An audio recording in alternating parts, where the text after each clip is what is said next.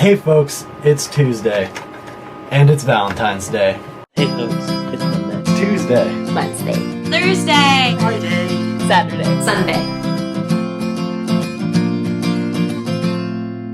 It's Slash Fiction Week, and just read it, and you're gonna just have to sit there and watch it.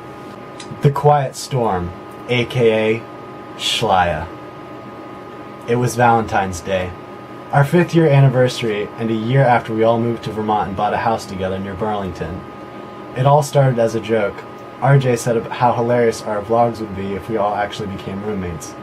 Emily and Benjo jumped on board, and the rest of us didn't take much convincing.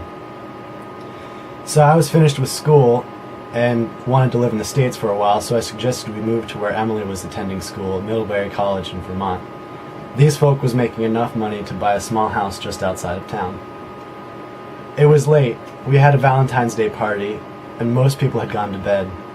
Music was still playing, and I was on the couch. Benjo was passed out on the floor, and RJ was upstairs in the bathroom vomiting. So Shane was the only one still awake and downstairs. He walked over and sat down next to me on the couch and said, "You know, we probably should write on Benjo." He pulled out a Sharpie out of his pocket, and I wrote "Property of Harjay" on his forehead. We laughed. Okay, I guess I am going to edit some of this. I handed the marker back to him. His hand lingered for a bit on mine before he put the marker back into his pocket. Wait, what was that? I thought to myself. Was that anything? I forced myself to stare at the floor. I have a tendency to overthink things, and this interaction with Shane was no exception. I kinda had a crush on him, but I never said anything about it. I looked up at him and he was looking at me. His smile. Goodness, his smile. I could feel myself blushing, so I quickly stood up to turn off the music. "So, do you want to watch a movie? I have a copy of the new James McAvoy and Keira Knightley movie, you know." "No way. The one where the two characters from a Jane Austen novel get abducted by aliens?" "Yep," he smiled, pride and probing. I was so psyched for this movie. I sat back down on the couch and he set up the movie on his laptop, then sat next to me. He put the laptop right in between us, so half was on his leg and the other half was on mine. Our legs were touching. My mind was screaming. What was going on? I was so confused. We watched in silence for about an hour, and we're at the part when Darcy finds a laser gun and shoots the head alien and saves Elizabeth from the doom ray. When all of a sudden Shane looked over. "You have really pretty eyes." Normally if someone interrupted me looking at J-Mac, I would slap them, but I was knocked off guard and could only stare back.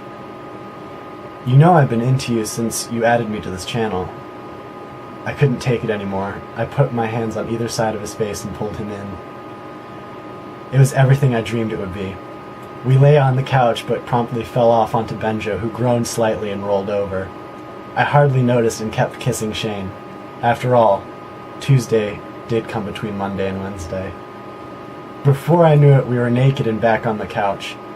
I was only living in this moment, and everything else melted away. After we finished, we were cuddling with only a Twilight Sparkle blanket to cover our bodies.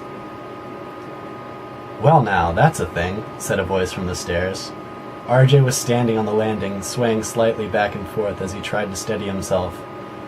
I started blushing again, and Shane let out a short, nervous laugh. "RJ, this isn't... we were just..."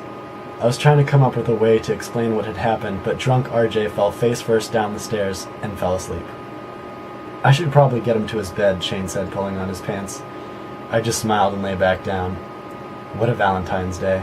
So, Laia, I'll see you tomorrow.